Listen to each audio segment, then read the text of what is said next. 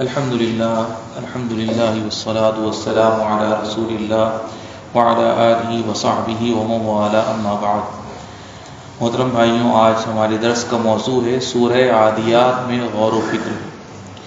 آج میں آپ کے ساتھ ایک عظیم سورہ کے وسیع میدانوں میں ٹھہروں گا، وہ سورہ عادیات ہے۔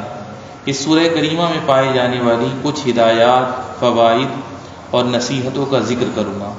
اللہ تعالیٰ نے اس سورت کے شروع میں اپنی ایک نعمت گھوڑوں، ان میں پائے جانے والی اپنی نشانیوں اور ظاہری احسانات کا ذکر فرمایا ہے، تاکہ انسان اپنے اوپر ہونے والی اللہ کی انگنت اور بے شمار نعمتوں کو یاد کرے۔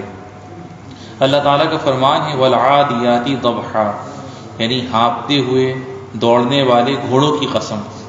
اللہ تعالیٰ لڑائیوں، غزوات اور ان جیسی جگہوں میں پوری طاقت و قوت اور انتہائی تیزی سے دوڑنے والے گھوڑوں کی قسم کھا رہا ہے۔ ذبحًا یعنی گھوڑوں کی اس آواز کو کہا جاتا ہے ذبحًا جو خوب تیزی سے دوڑتے وقت ان سے نکلتی ہے۔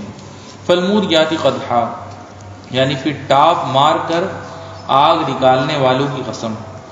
ان سے مراد وہ گھوڑے ہیں جو پتھروں پر اپنی ٹاپیں مارتے وقت آگ نکالتے ہیں۔ اس سے گھوڑوں کی طاقت، قوت، تیزی اور دوڑنے کی شدت کا پتہ چلتا ہے۔ فالمغیرات صبحا یعنی پھر صبح کے وقت دھاوا بولنے والوں کی قسم، یعنی وہ گھوڑے جو صبح کے وقت دشمنوں پر اچانک حملہ کرتے اور شب خون مارتے ہیں۔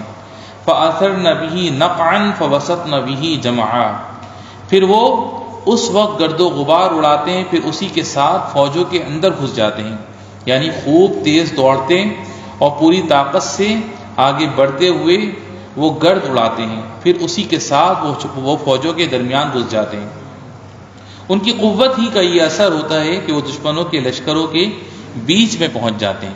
پھر اللہ تعالیٰ نے قسم کا جواب ذکر کرتے ہوئے فرمایا ان الانسان لربہ لکنود وانہ علی ذلک لشہید، یعنی یقیناً انسان اپنے رب کا بڑا ناشکرا ہے اور یقیناً وہ خود بھی اس پر گواہ ہے۔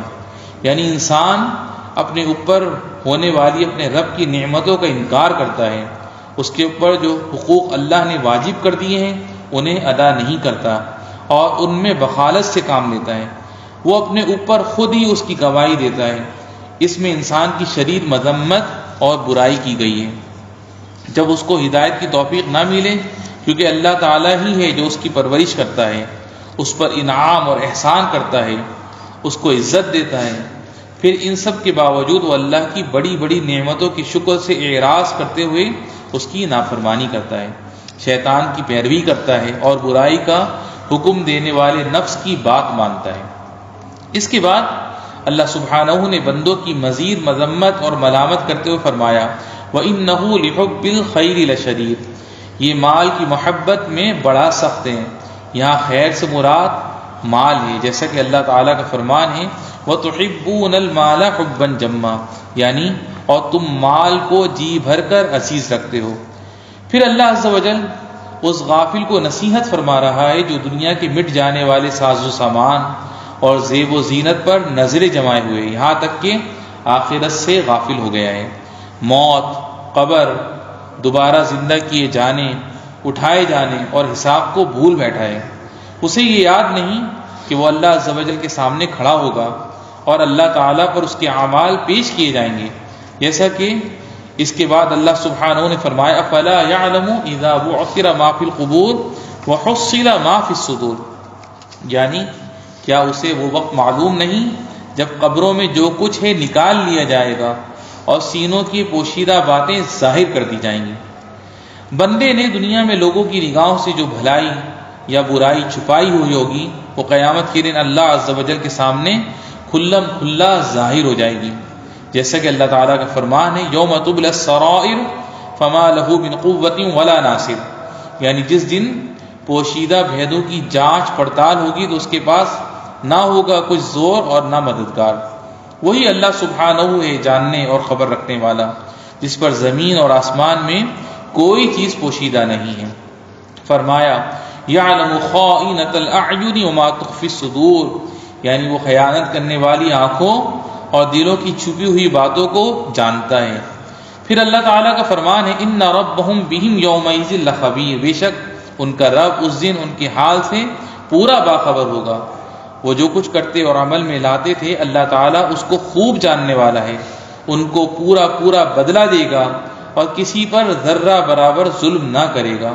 جیسا کہ اللہ تعالیٰ نے فرمایا الیوم تجزا کل نفس بما کسبت لا ظلم اليوم ان اللہ سریع الحساب، یعنی آج ہر نفس کو اس کے کیے کا پورا پورا بدلہ دیا جائے گا، اس پر کوئی ظلم نہ ہوگا، یقیناً اللہ جلد حساب لینے والا ہے۔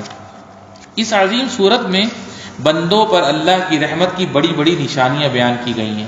اللہ سبحانہ بندوں کو دنیا کی حقیقت سے خبردار کر رہا ہے اور بتا رہا ہے کہ یہ ختم ہونے والا ایک خواب ہے جو ٹوٹ جائے گا، اور دنیا کی جو معمولی پونجی وہ جمع کر رہا ہے وہ ختم ہو جانے والی ہے۔ وہ قبر کی طرف جانے والا، اللہ کے سامنے کھڑا ہونے والا اور اپنے اعمال کا حساب دینے والا ہے۔ فرمایا ثم توفی کل نفس ما کسبت وہم لا یظلمون، یعنی پھر ہر نفس کو اس کے اعمال کا پورا پورا بدلہ دیا جائے گا اور ان پر کوئی ظلم نہ ہوگا۔ اس عظیم صورت کے فوائد اور بڑے ثمرات میں سے یہ ہے کہ گھوڑے اللہ تبارک و تعالیٰ کی بڑی نعمت ہیں۔ اللہ عز و جل اپنے بندوں پر کی ہوئی اس نعمت کو یاد دلا رہا ہے۔ نبی کریم صلی اللہ علیہ وسلم نے فرمایا الخیل معقود فی نواسیها الخیر الاجر والمغنم الى یوم القیامہ، یعنی قیامت تک کے لیے گھوڑوں کی پیشانیوں پر بھلائی بنی ہوئی ہے، یا تو اجر ملے گا یا غنیمت ملے گی۔ اس سورہ کریمہ میں اللہ تعالیٰ نے اپنی عظیم قدرت اور قوت پر بھی تنبیہ فرمائی ہے کہ وہ مخلوق کو زندہ کرنے، قبروں سے اٹھانے اور ان کے اعمال کا حساب لینے کی طاقت رکھتا ہے۔ اس سورہ کریمہ کا ایک فائدہ یہ بھی ہے کہ اللہ تعالیٰ اس میں اپنے بندوں کو موت، قبر، مرنے کے بعد زندہ کیے جانے، قبروں سے اٹھائے جانے اور آخرت میں حساب لیے جانے کو یاد دلا رہا ہے۔ یہ ایمان باللہ کا ایک جز اور رکن ہے۔ اللہ تعالیٰ سے ہماری دعا ہے کہ وہ ہم پر اپنی رحمت نازل فرمائے، ہمارا خاتمہ بہتر بنائے، ہمیں عزت بخشے ہوئے لوگوں میں سے بنائے اور ہمیں جنت کی کامیابی اور جہنم سے نجات پانے والے لوگوں میں شامل کرے۔ وہی اس کا مالک اور اس پر قادر ہے۔ وصلی اللہ وسلم علی نبینا محمد وعلی آلہ وصحبہ اجمعین۔